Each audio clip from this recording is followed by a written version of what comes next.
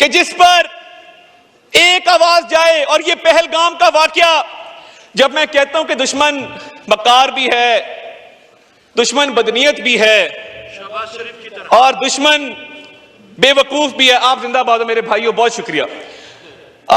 और दुश्मन बेवकूफ मैं इसलिए कहता हूं कि थोड़ी प्लानिंग ही बेहतर कर लेते कि 150 किलोमीटर दूर पहलगाम का ये इलाका है और आप देखें कि पहलगाम के पुलिस स्टेशन में जो एफआईआर दी गई वो एफआईआर पढ़ने से ताल्लुक रखती है।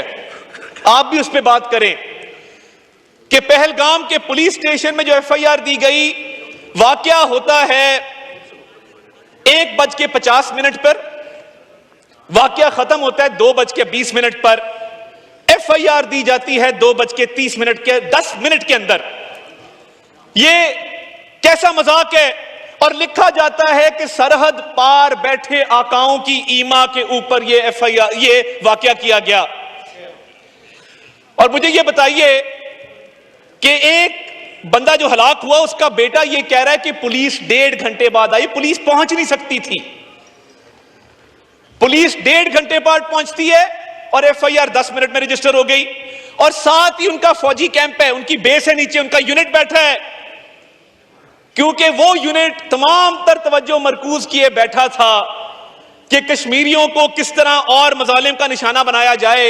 वो पहलगाम को सिक्योरिटी नहीं दे सका। पहलगाम भारत का एक false flag operation, security failure, intelligence failure है। वो राहत इंदौरी एक भारत में शायर गुजरे हैं, वो कहते थे कि सरहद पर तनाव है क्या, पता करो चुनाव है क्या। ये क्यों कहा? ये जो बिहार के इलेक्शन की बात हो रही है और बिहार के अंदर बीजेपी के जो अजाइम हैं, ये फॉल्स फ्लैग ऑपरेशन उस लिए भी है, पाकिस्तान की इकोनॉमिक प्रोग्रेस को रोकने के लिए भी है। और इनका ख्याल था कि ऐसा फॉल्स फ्लैग ऑपरेशन करेंगे और ये एफआईआर ने सब कुछ एक्सपोज कर दिया। और आपने वो वीडियो देखी होगी, जो शख्स जिप लाइन के ऊपर जा रहा है, कहा गया कि इनडिस्क्रिमिनेट फायर है, बिला इश्ताल फायरिंग की गई है और चुन चुन के हिंदुओं को अलहदा करके मारा गया है। बिल्कुल झूठ है। एक मुसलमान भी इस वाकये में जहां बहक हुआ। और अगर इनडिस्क्रिमिनेट फायर होता तो बंदा जिप लाइन पे जो एंजॉय करता जा रहा है, नीचे नजर आ रहा है लोग किस तरह आराम से फिर रहे हैं, कुछ लोग भाग रहे हैं मगर बाकी लोग आराम से इत्मीनान से फिर रहे हैं। तो क्या यह दलील काफी नहीं है?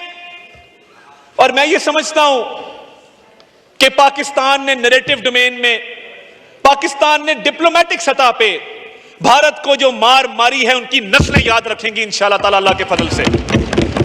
आज आप अल जजीरा की स्टोरीज देखें, आप न्यूयॉर्क टाइम्स को देखें, आप इकोनॉमिस्ट को देखें, मैं खुद CNN पे जाके पाकिस्तान का मुकदमा पेश करके आया हूं।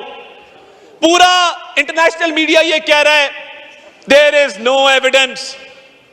भारत के पास पाकिस्तान को इस वाकये से लिंक करने का कोई सबूत नहीं है और लैक ऑफ एविडेंस है, जिसकी वजह से पाकिस्तान ने जहां यह कहा कि हमारा पानी अगर रोका गया या उसका रुख तब्दील किया गया तो फैसला कुन इसका रिस्पॉन्स आएगा, पूरी कुव्वत से आएगा, मगर साथ हमने ये भी कहा हमारा दामन साफ है, आप इस वाकये की एक फेयर और ट्रांसपेरेंट इन्वेस्टिगेशन करवाना चाहते हैं, अपना शौक पूरा कर लीजिए।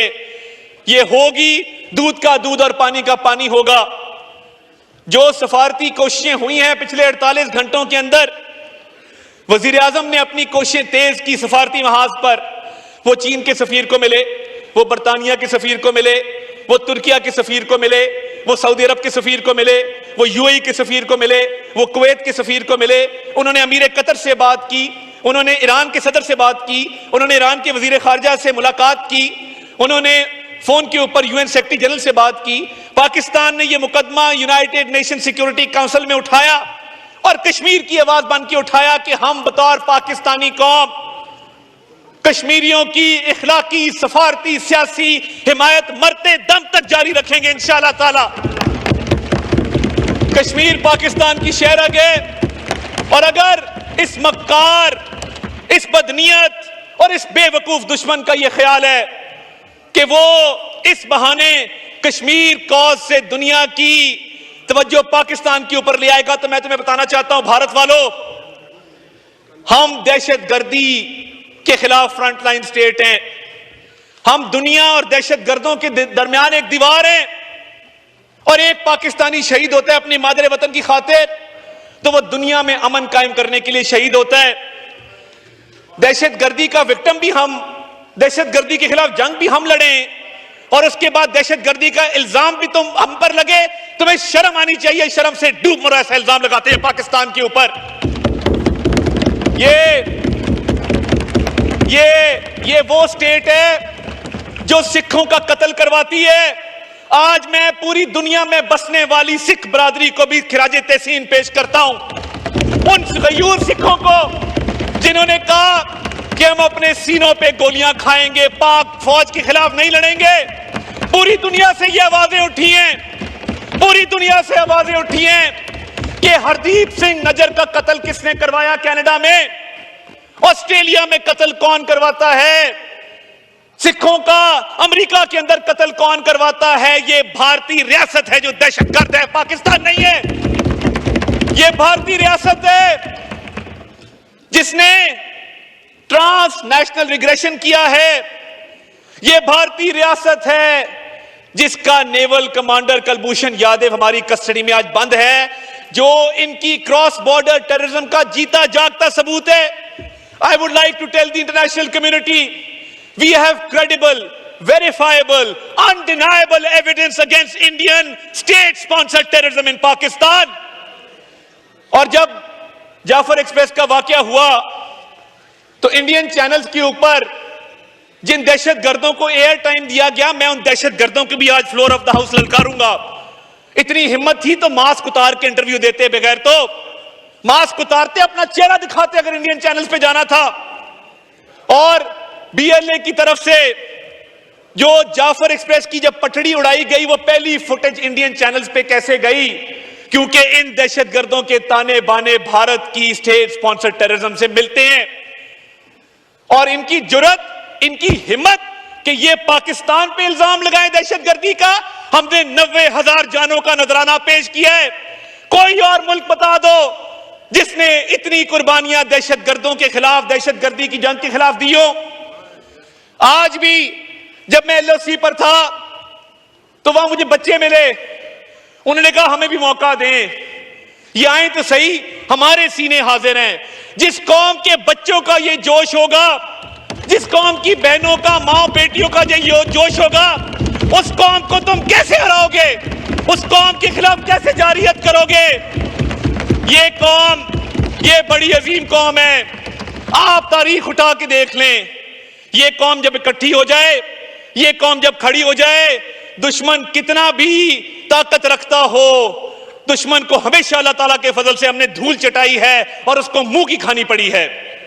जो इंडिया का स्टेट स्पॉन्सर्ड टेररिज्म है और ये कई दहाइयों से जारी है। रॉ के हैंडलर जो पाकिस्तान में हमले करवाते हैं, जो मासूम लोगों की जानें लेते हैं, भारत सबसे बड़ा प्रमोटर है दहशतगर्दी का। और पाकिस्तान की कुर्बानियां दहशतगर्दों के खिलाफ आज भी जारी हैं। हमारी अफवाज पाकिस्तान ने, हमारी पुलिस ने, हमारी सिक्योरिटी एजेंसीज ने, और मुझे इस हाउस में खड़े होकर यह कहते हुए फख्र है कि इधर बैठे वालों ने, उधर बैठे वालों ने जानों के नजराने पेश किए हैं दहशतगर्दों के खिलाफ, मगर हार नहीं मानी, आज भी खड़े हैं, आज भी मुकाबला करेंगे। हमने शहादतें दी हैं, पाकिस्तान के सियासतदानों ने खून दिया है, पाकिस्तान के सियासतदानों ने सीने पर गोलियां खाई हैं। ये कौम ऐसी कौम है जिसके हर तबके में हम सरशार हैं जज्बा शहादत से, जज्बा कुर्बानी से। कोई तबका ऐसा नहीं है जिसने दहशतगर्दों के खिलाफ कुर्बानी ना दी हो। और ये फ्लोर ऑफ द हाउस, दोनों साइडों पे बैठे सियासतदान जिनकी कुर्बानियां सुनहरी हरूफ में लिखने के काबिल हैं, मैं आज उनको भी खिराजे तहसीन पेश करता हूं।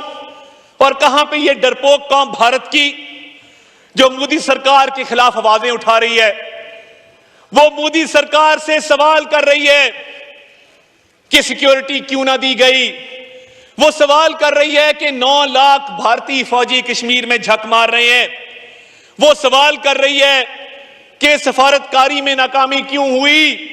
वो सवाल कर रही है कि जो भारत तवक्को कर रहा था कि पाकिस्तान को बैनुल-अक़वामी सतह पे अंडर प्रेशर करेगा, ये उस मालिक का करम है कि हमने ठीक टाइम पे वो पत्ता खेला कि इन्वेस्टिगेशन करा लो।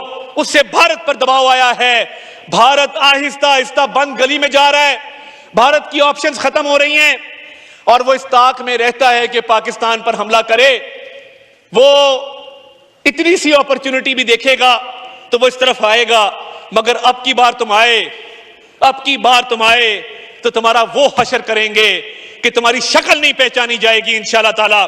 और रिस्पॉन्स मैं बता देना चाहता हूं, अफवाज पाकिस्तान का वो रिस्पॉन्स होगा। हमने कभी पहल नहीं की। We are not the aggressors, we are not the provocateurs. मगर अगर हमारी तरफ बढ़े तो वो हशर करेंगे कि तुम्हारी नस्लें याद रखेंगी।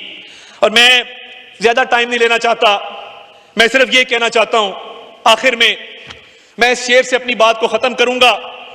पूरी कौम इकट्ठी है, अफवाज पाकिस्तान के पीछे खड़ी है और भारत का झूठ दिन ब दिन हम बेनकाब कर रहे हैं। कल हमारा LOC का विजिट पूरे भारतीय मीडिया ने दिखाया। हमारे अकाउंट बंद कर रहे थे तो हमने भी घर में घुस के मारा है। हमारे अकाउंट बंद किए थे इन्होंने। हमने सोचा कि इन्होंने अकाउंट बंद कर दिए, हम क्या करें। हमने एक तराना तैयार किया था, वो हमने जियो टैगिंग के जरिए वहां पे एड्स का एयर टाइम खरीद के हर इंडियन YouTube चैनल के ऊपर अफवाज पाकिस्तान का तराना चलाया। तो इंफॉर्मेशन डोमेन में भी हम खड़े हैं, इंफॉर्मेशन वॉरफेयर भी हम लड़ रहे हैं, फ्रंट फुट पे लड़ रहे हैं। और ये अगर इंफॉर्मेशन वॉर में भी और आगे आए तो ऐसी मार मारेंगे कि अभिनंदन को भी भूल जाओगे। उसको तो चपेड़े पड़ी थी, तुम्हारा हुलिया बिगाड़ देंगे। तो ये जो इंडिया में इंफॉर्मेशन वॉरफेयर में वो हार तस्लीम करते जा रहे हैं, बंद गली में वो क्यों जा रहे हैं? क्योंकि उनका ख्याल था पाकिस्तान पे इल्जाम लगाएंगे, सफारती कोशिशें तेज करेंगे और पाकिस्तान पे दबाव आएगा। पाकिस्तान ने जब अपनी नेक नीति पर मबनी ये ऑफर की कि इन्वेस्टिगेशन करा लो तो टांगे कांपना शुरू हो गई। अब समझ नहीं आ रही कि इसका हल क्या निकालें। तो ये बंद गली में भारत जा रहा है और अगर इस बंद गली में जाते जाते कुछ जारियत का फैसला किया तो जवाब तो ऐसा आएगा। और अब की बार जवाब ऐसा होगा कि माएं अपने बच्चों को डराएंगी कि बेटा पाकिस्तान से पंगा ना लेना, रात को कहेंगी सो जाओ पाकिस्तान आ जाएगा। मैं एंड पे सिर्फ ये अशार पढ़ के आपसे इजाजत चाहूंगा। फिर शोरे सलासिल में सरूरे अजली है, फिर पेश नजर सुन्नते सज्जादे वली है। एक बर की बला कौंद गई सारे चमन पर, तुम खुशकिर सिर्फ मेरी शाखे नशेमन ही जली है। जो दो हक को सदाकत की शहादत सरे मक्तल, उठो कि यही वक्त का फरमाने जली है। और कब अश्क बहाने से कटी है शबे हजरा, कब कोई बला सिर्फ दुआओं से टली है। हम राह रवे दश्ते बला रोजे अजल से, और काफिला सालार हुसैन इब्ने अली है।